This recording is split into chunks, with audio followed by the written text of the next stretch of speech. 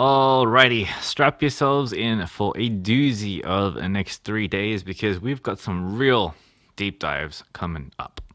We'll be covering landscapes, street photography, and portraiture in depth, and they will be very long sessions compared to what has come before it.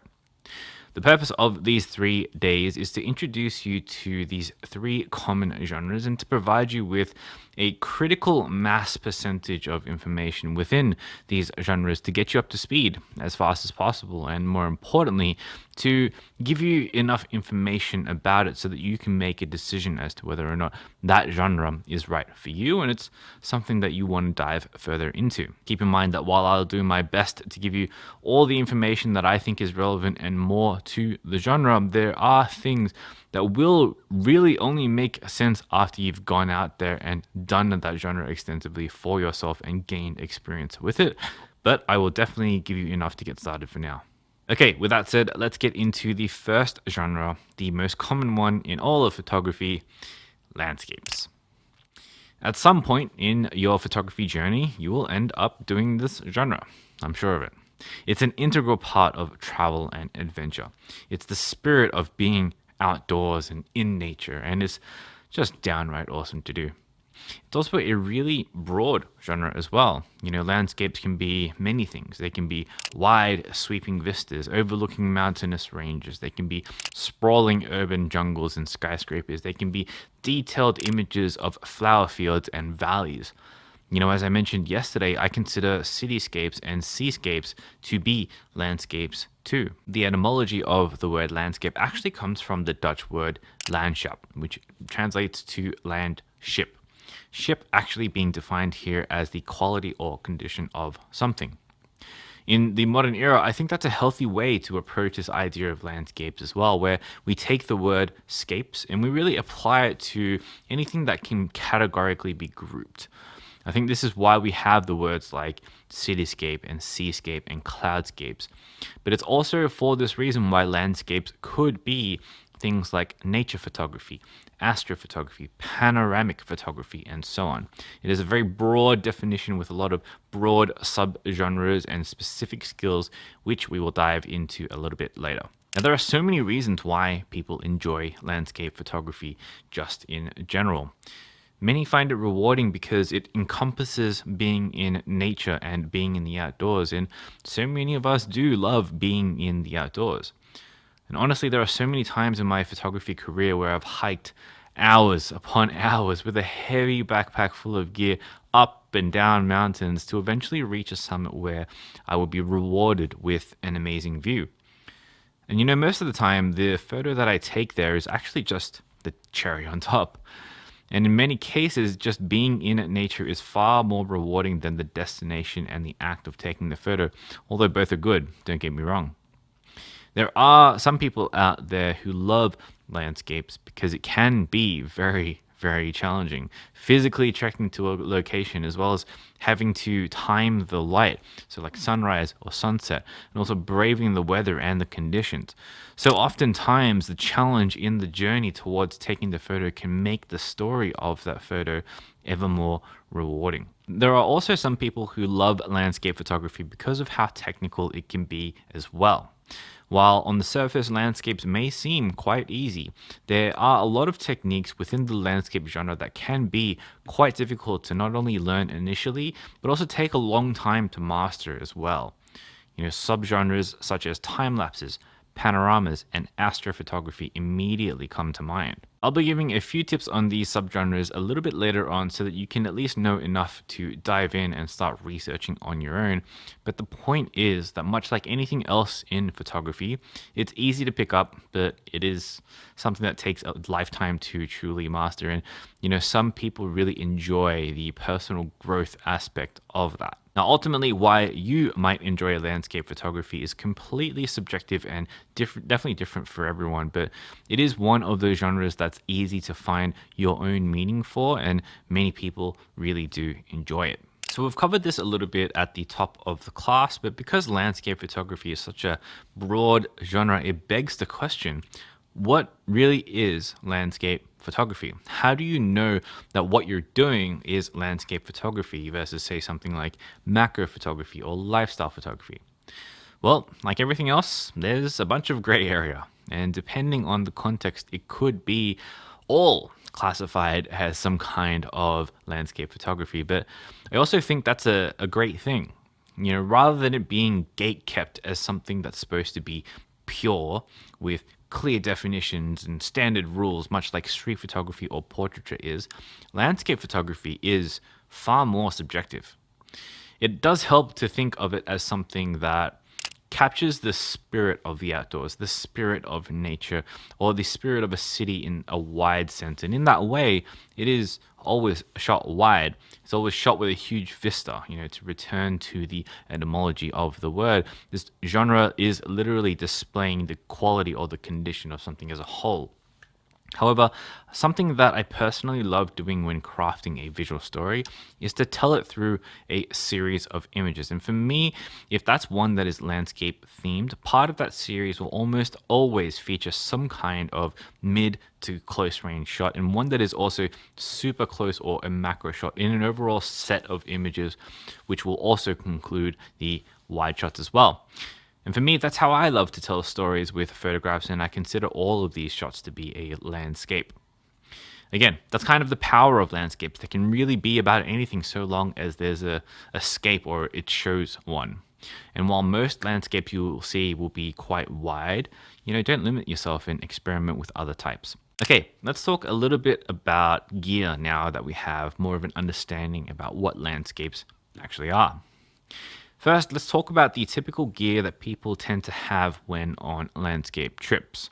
And we can kind of break this down into levels in terms of how invested you might be in this genre. So when you're first getting into landscape photography, I'd say that the absolute minimum you would need in terms of gear to enjoy this genre is simply just a camera and a wide lens.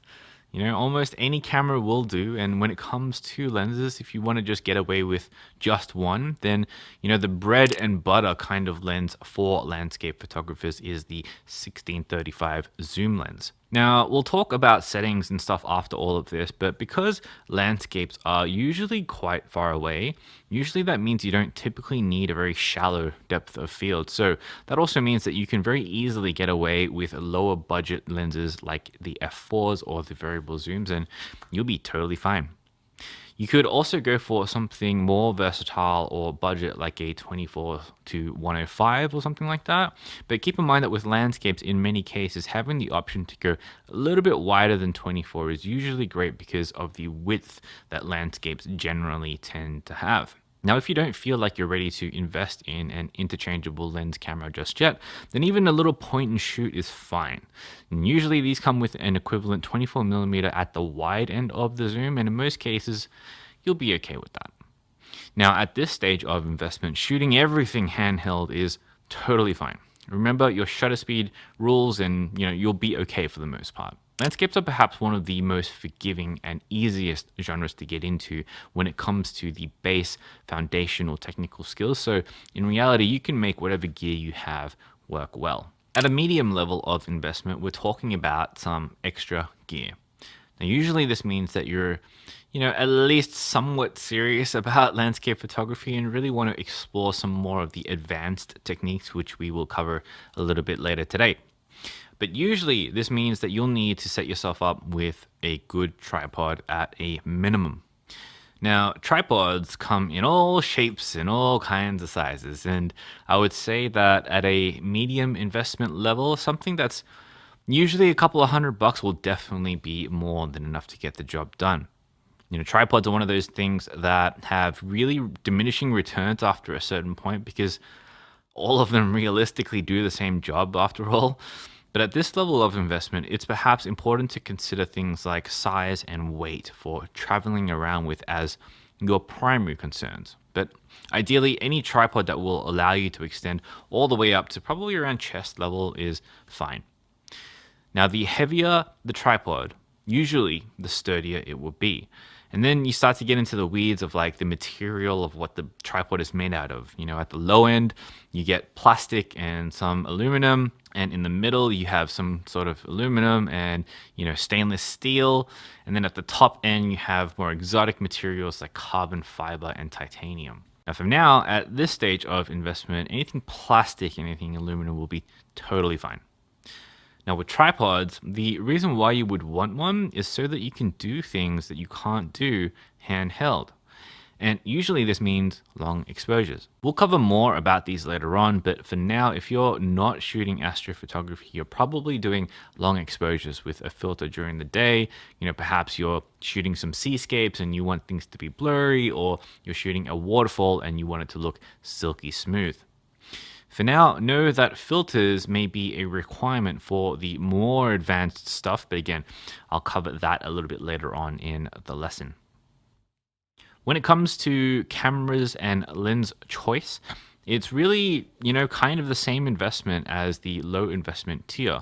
You may want to splurge on the f2.8 stuff for the 1635 if you want to get absolutely the best image quality, but it's not really necessary. Now, at this stage of investment, you may want to start looking at a 7200 to complement your 1635 as well. Contrary to what most people think in terms of landscapes being shot wide, sometimes landscapes can be really far away as well, and a 7200 actually allows you to reach those landscapes from the vantage point that you have. And I find myself with those needs all of the time, so much so that I have a 2x extender that I can attach to my 7200 in case that I need it. But the same rule stands. With landscapes, more often than not, you're looking for more depth of field, not less. And so f4s are great here. They're cheaper, they have great image quality still, and they're lighter and smaller than their f2.8 counterparts. Something to maybe consider at this stage of investment or the next one is a drone. Drone photography and landscapes pretty much go hand in hand nowadays. And, when you're up there in the sky, you're almost exclusively shooting wide vistas just due to the nature of the height and the focal lengths that most drones use. While using drones exclusively can get a little bit played out, it's definitely worth exploring because the world from the air can be quite an addicting experience and, very, very much awe-inspiring in some cases. And even something as simple as, the DJI Mavic Air or Mini series can be more than enough for a very long time. You don't need to get something crazy, just, something to supplement the time that you spend at a location and add that other dimensionality to the set of your images at a given location. And then perhaps the last thing here is a good backpack. And this is an extremely underrated piece of gear that will make the experience of your photography so much better. A good backpack specifically made for hauling camera gear will typically have things like thicker straps for comfier support, as well as dividers inside so that all of your gear is protected and doesn't move around as much. Camera backpacks also have accommodations for tripods as well, which normal bags just don't have. And these little details will make small hikes and getting to your location a lot more enjoyable in most cases. And then finally, if you're super deep into landscapes and you know that this is 100% going to be your jam, then I would say that perhaps you want to add another lens and another body, and then you'd want to add some more non-photography related items to make your adventures a little bit more comfortable, a little bit more bearable. In terms of lenses, most pro photographers will run the Holy Trinity: 1635, 2470, 7200, and they'll usually have the f2.8 versions of all of those as well. And then in terms of camera bodies, typically having two bodies is a great idea because for certain locations, you can have one camera running something like a time lapse or something, and then you can have another one freehand and then, hand holding that one. Or you could just have two setups and two opposing ranges at the same time, like the 1635 and the 7200 on two different bodies so that you can run around and shoot like crazy and make the most out of the 10 to 30-ish minutes of perfect light during sunrise or sunset. As an example, for me, I'm not really a tripod kind of guy, just in general. I'm more of a run and gunner. So it's very, very likely that you'll see me with two cameras and two opposing lenses at the same time. And usually I'm running, the highest megapixel stuff as well, so that I can have the option of making very large prints from those images as well. But, at this level, you know what you're doing, and you shouldn't even be watching this course anyway. So there's that. Aside from that, at this level of investment, it's all about the other stuff that really makes your landscape photography adventures way more pleasurable. If you're doing a multi-day trek, then having a proper hiking backpack with proper back support and ventilation, as well as, space for sleeping mats and tents and sleeping bags and other camping gear is super important to making sure that you're comfortable and that you can survive out there. Another thing is clothes.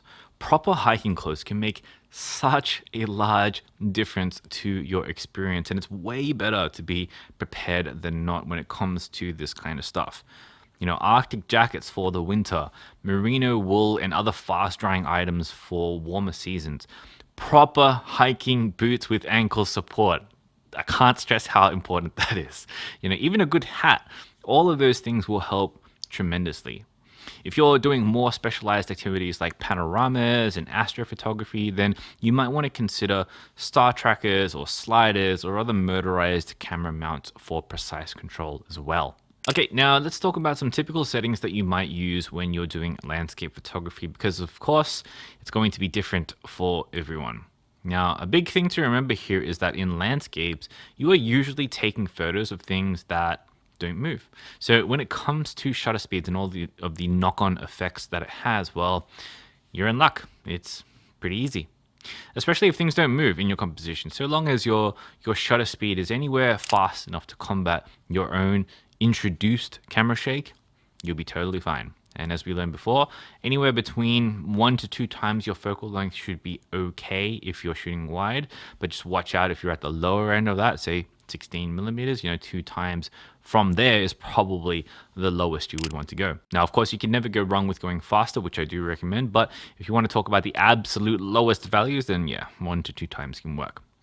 If you are using a longer lens like a 70-200, then perhaps 2 to 4 times your focal length will allow you to ensure sharp shots every time. You just have to experiment, right? Because it will change every single time with the composition. Also keep in mind that there are, actually things that may move in your composition. Things like swaying grass or branches in the wind or water or perhaps a bird in the background. Keep these little details in mind and consciously decide whether or not you want these elements in your composition and whether or not you have to freeze them or blur them and then adjust your shutter speed accordingly.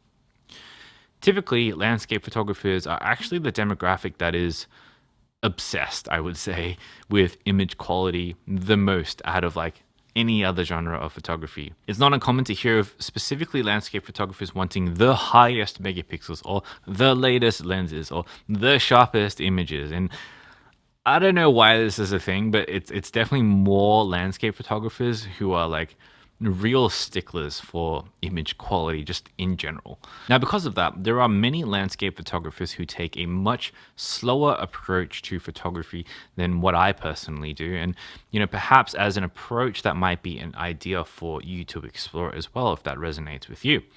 What many of them do is that they bring their tripods with them, and rather than running and gunning and experimenting a lot with different compositions, they make sure to set up their tripods for every single shot that they take so that the settings can always run at the lowest ISO, and they can have very large or very high depth of field with a higher chance of sharpness, because most lenses are going to be sharper between f4 and f11.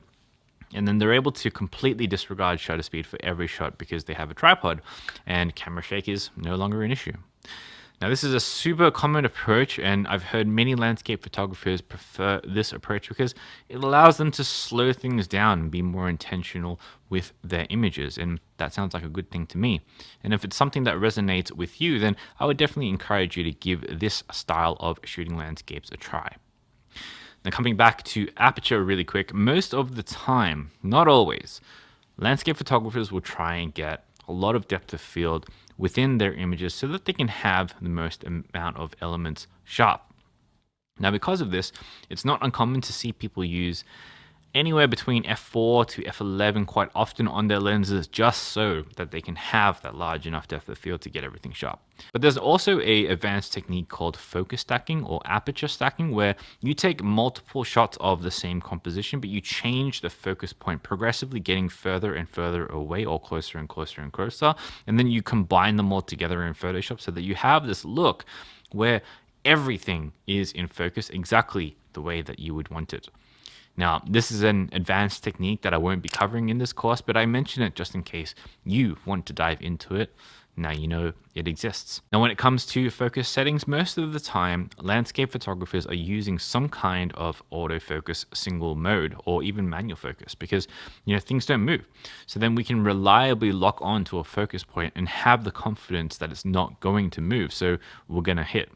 It's a very straightforward and probably the easiest genre of photography to focus with. Alrighty, now we've got some really good fundamentals and some basics out of the way. We know the theory of how to take a basic landscape image. Great. But like in all genres of photography, there are specific subgenres that require some specialist techniques to pull off correctly. It's these subgenres that some people actually find themselves really, really drawn to and actually end up niching down into over time. So they are definitely worth exploring, or at least, seeing and experimenting to see whether or not you like it. As a quick note here before we get into these techniques, note that all of these techniques require a tripod. So keep that in mind when you're thinking about your purchase decision. Now, long exposure is the basis for all of these styles and an absolutely critical component of landscape photography just in general, in my opinion. Long exposure at a basic level is all about keeping the shutter open for a longer period of time so that more light is able to reach the sensor, thus increasing our exposure. And this means that we slow the shutter speed down so that it's able to stay open longer. But in order to do that, we definitely need to rest it on a tripod because our human hands can't hold the camera still for that long without introducing substantial camera shake. Typically, we do long exposures at shutter speeds slower than the human hands can handle properly. So that's going to be anything under about 1/15 of a second or slower. When we do long exposures, typically we have a requirement of light or subject in order to justify doing so. For example, if we're shooting a landscape but we want the majority of the image in focus, depending on how much light is available, if we're using an aperture like f11, that's a lot of stops of light we need to get back and have somewhere else. So if we're looking for zero noise and the highest degree of image sharpness, then we want to leave our ISO at the base level, but we still need to get the light from somewhere, right? The exposure triangle. Fortunately, if the camera is on a tripod and our composition doesn't move, then we can leave the shutter open indefinitely until we have enough light gathered and the correct amount of exposure. Now, whether you're using 1 second, 2 seconds, 4, 8, 15, 30 or more seconds on your exposure is completely dependent on the scenario and the composition. It really pays to be attentive to the light because especially at prime times of shooting landscapes during sunrise and sunset, the light changes in intensity very, very quickly. So even small adjustments to your shutter speed will be required, even every 5 or 10 minutes or so. It does help a lot to have a mirrorless camera in this instance. Now, as we already know, mirrorless is a newer technology than the older DSLR format, and it allows you to preview the exposure and the composition in real time with the slower shutter speeds. And this means that you can see whether or not you have the right amount of exposure at the right time, meaning that you don't have to keep going back and forth to check whether your exposure was correct. Another reason that some people also do long exposures is for the artistic effect. And usually that means blurring. And usually in landscape photography anyway, that means water or clouds, which are usually the things that move the most in a landscape image. Now, as we know, a longer exposure means that your subjects will blur more. The longer the exposure, the more blur. Also, the faster the subject moves through the frame, the more blur as well. So depending on your scene, you may or may not need as much shutter speed if the subject is moving fast. For example, if you're shooting a longer exposure of a landscape that features clouds, if there's a lot of wind, it might only take a few seconds for that cloud to transition across your composition. Whereas if there's only just a tiny bit of wind, then it might take a lot longer. And because of this, sometimes we'll need to do long exposures during the daytime. And when there's too much light during the daytime, opening the shutter speed for too long will cause our exposures to become way too bright and blown out. And to remedy this, we employ the use of filters. Now, filters are kind of advanced, and this class can turn into an even longer one if I explain everything there is to know about filters. So I'll tell you the basics, and then at least you know it exists if you want to go and then research it yourself if that sounds like something you'd be interested in. Now, filters are a piece of glass that you put over the front of your lenses. Now, sometimes they come as screw-ins that screw into the filter head of your lenses, and sometimes they require the use of a square filter holder to put your filters in. Either of these methods work equally as well, doing what filters do best, which is reducing the amount of exposure that eventually hits the lens. The most common filters are called neutral density filters, or ND filters for short. And while there are many different kinds of other filters, these are the most common, and they reduce the amount of light coming onto the sensor by virtue of being dark. Think of them like sunglasses for your camera. The darker they are, the more light they block, and thus the longer we can have our shutters open for. NDs usually come in stops of light so that you know how many stops of light you need to compensate for in your exposure. And sometimes these stops are just solid stops, like 2, 4, 5, 10 stops of light. But then there are also sometimes variable NDs, which, as the name implies, allows you to have a variable amount of light that is blocked. And while these are also super versatile, the downside of these filters is that these variable ones have 2 glass elements on them rather than just one, meaning that especially for the lower cost variable filters, the image quality may be reduced because you're shooting through 2 pieces of glass. Typically, that's something you'll see landscape photographers hark on quite often when it comes to filters: image quality.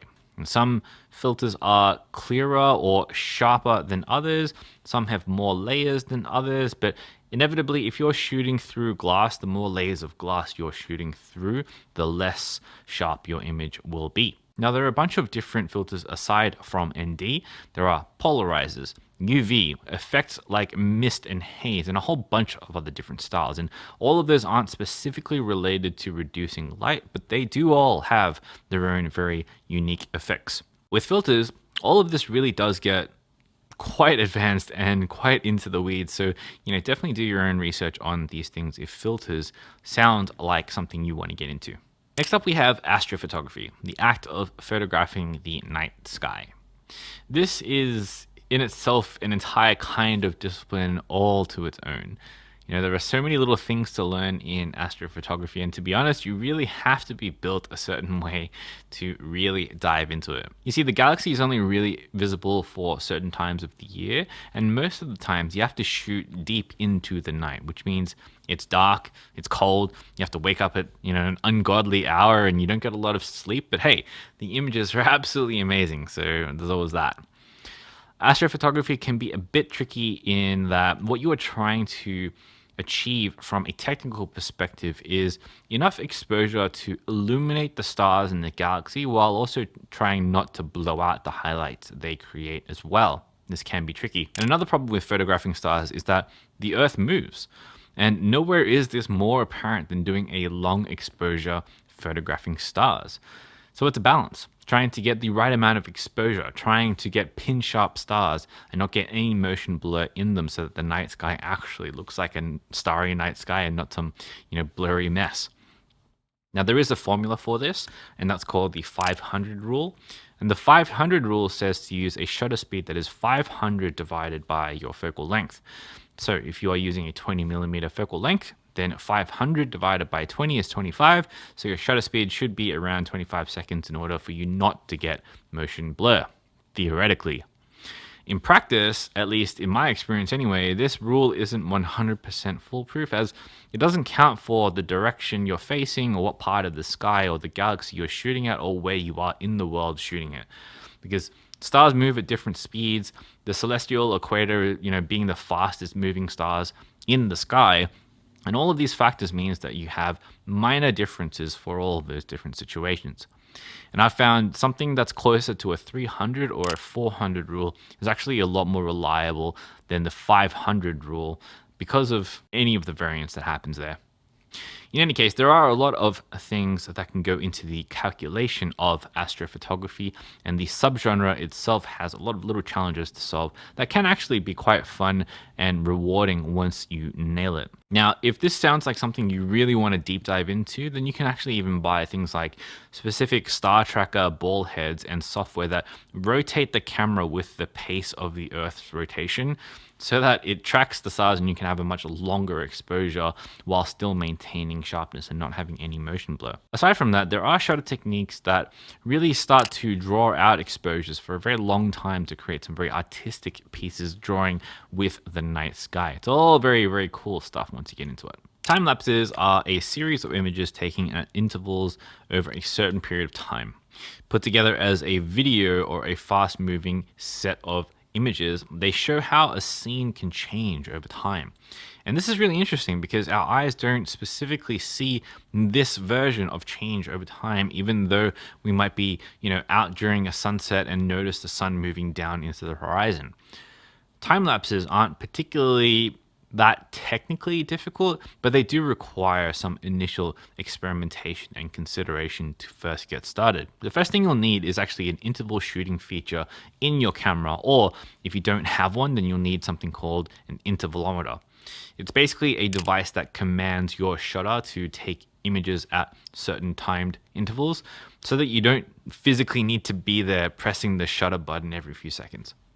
From there, the things that require the most experimentation are interval length, overall shoot length, and exposure compensation. Interval length is the time in between shots.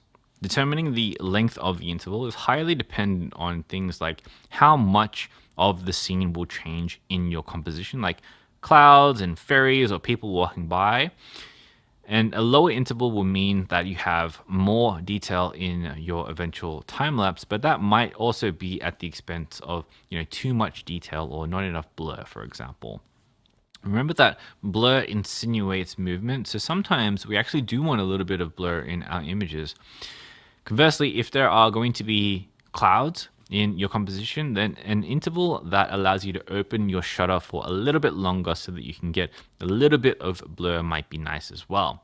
It all requires experimentation based on the composition. So typically anywhere between 1 to 5 seconds will cover the extreme ends of the spectrum when it comes to intervals. You just have to pick something within that usually. And then there's your overall length of the time lapse. The timing is important because you want to make sure that the frames equal the frame rate that you're going to play it back at, as well as making sure the entire duration of the event is covered. It sounds a little bit technical, and it is. So for example, if your sunset piece lasts 1 hour, the sunset lasts 1 hour, and you're playing back your video at 24 frames a second, and you want your video to last 15 seconds, then you have to make sure that you take 720 images with 5-second intervals to span the entire hour-long sunset. Now, to make it easy, because it sounds very technical, download the PhotoPills app for a calculator of exactly what you need to do, depending on whether you are focusing on shooting interval, video length, or event duration. Thankfully, you can just plug in all of those values and off you go. And last for this list, but certainly not least, is panorama. This is pretty common among the photographers who love to print their works because there's nothing quite like a printed panorama that spans across an entire wall. It is always beautiful. Now, panoramas consist of multiple images shot frame by frame next to each other and then stitched together in photo editing software afterwards. And what results is a much wider field of view than you could ever achieve with just a single lens, and usually an image that has a lot more bigger pixels as well, which is great for printing. The most basic version of a panorama is where you start from one side of the composition and take a shot. You move your camera horizontally and line up the starting edge of the new composition with the ending edge of the previous composition. You take that image and you continue until you've done your entire scene. At a more advanced level, there are some crazy examples where, people stitch grids of like 9, 16, 25 or more images together using a more telephoto focal length so that they can get a wide perspective even though they're shooting at a compressed lens focal length. It's a very unique look and something that's definitely worth trying at least once after you get up to speed with your foundational photography. Panoramas require the specific use of post-processing software such as Adobe Photoshop or Adobe Lightroom, so keep that in mind when researching this subgenre of photography. Okay, that was a lot, but just to round out the entire lesson, here are some TLDRs and some rapid fire tips for general landscape photography. The best light to shoot is typically before, around, and just after sunset and sunrise, with many photographers loving the golden hour. Now, this timing changes throughout the year, so make sure to look up what time the golden hour is in your area before you head out. A tripod is a landscape photographer's best friend. And there are so many different subgenres of landscape photography that require the use of tripods. So consider the level of investment you want to make in this space and consider whether you have some kind of longevity in it. Because if you see yourself doing a lot of landscape photography in the future, then it might be a better idea to invest in a higher quality tripod that will last you a long time or a lifetime rather than a cheaper one or multiple cheaper ones that you will have to replace sooner rather than later. Camera gear for landscape photography is probably the most forgiving out of any genre of photography. You don't need a lot to get started, and you can pretty much make landscapes work with most anything. That said, if you do want to buy gear, then a wide angle zoom lens will do wonders, and it doesn't even need to be an expensive one either. But as with all activities, things can get really expensive at the higher end, of course, especially with 2470s and 7200s and f2.8s and all of that. So it is worth doing a bit of research into what gear is right for you and what you are interested in. Landscape photography is as much about preparation as it is about execution. The last thing you want is to start heading out to a location only to get there to find that you're grossly underprepared, cold, wet, and have absolutely no idea where you're going. When looking at a location to potentially visit, research how long it's going to take to get there, whether or not you have to hike, how long that hike might be, or whether you have to camp. Know if there are any dangers around like bears or sharp cliff faces. Look up the weather the day that you intend to go. Make sure you're well dressed for the occasion, especially in those cold sunrise scenarios. Use apps to help you get more prepared for your journey. Apps like PhotoPills will tell you the exact location of the sun using AR and the exact path that it will take at the exact time. Doing this will even help you envision the composition and the time just as the sun reaches the perfect position. If you're doing things like time lapses, or you're not too sure about the required depth of field for a shot, or you're not sure what time golden hour is, then check PhotoPills and be prepared. Remember that landscapes isn't just about nature and wide open vistas. Also consider the myriad of subgenres of landscape photography. Genres like cityscapes and cloudscapes and seascapes. Don't just think mountains and ranges. Also think, deserts, the coast, the ocean, plains and prairies, waterfalls and forests. Landscape photography can really test your persistence and your patience.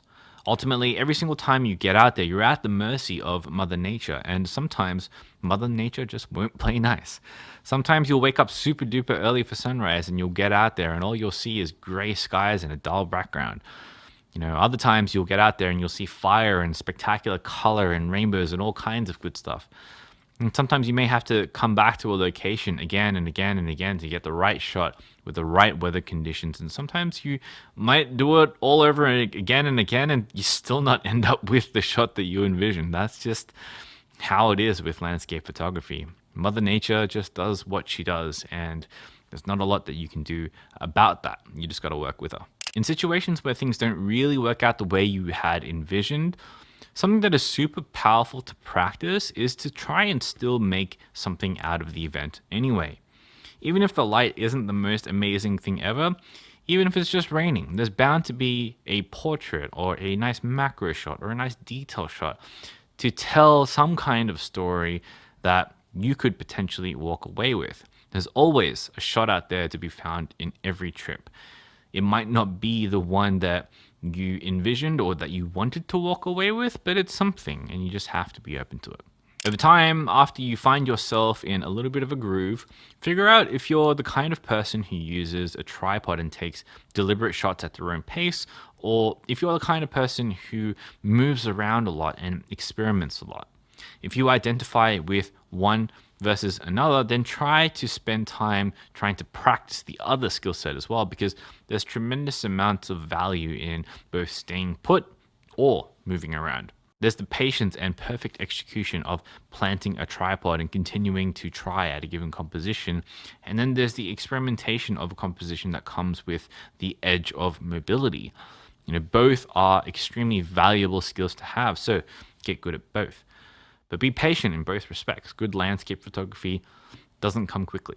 And finally, for landscape photography, it may help to think of images in 2 sets of 3. The first set is about your composition, which is foreground, middle ground, background. And the idea of creating layered images can potentially increase the amount of visual interest in your scene and add just a little bit more dimension to it. Including something in the foreground, your subject in the middle ground, and then having a really nice background can really elevate your composition game if you don't already have something in mind. Then the other set of 3 is about how to shoot and then present your images. Think wide, middle, narrow. In any given scene, take the wide shot of the amazing vista that you have. Then take a more middle or mid-range type of shot, and then take a more narrow tele shot to show some detail. When presenting your work, showing these 3 images as a set of images shows a lot more detail and a lot more story than just a singular image, and it is a great way to train your brain to think of different compositions all of the time, which will help your photography tremendously. Today's assignment and the assignments for the next 2 days are dependent on whether you have an interest in this genre or not. If yes, continue.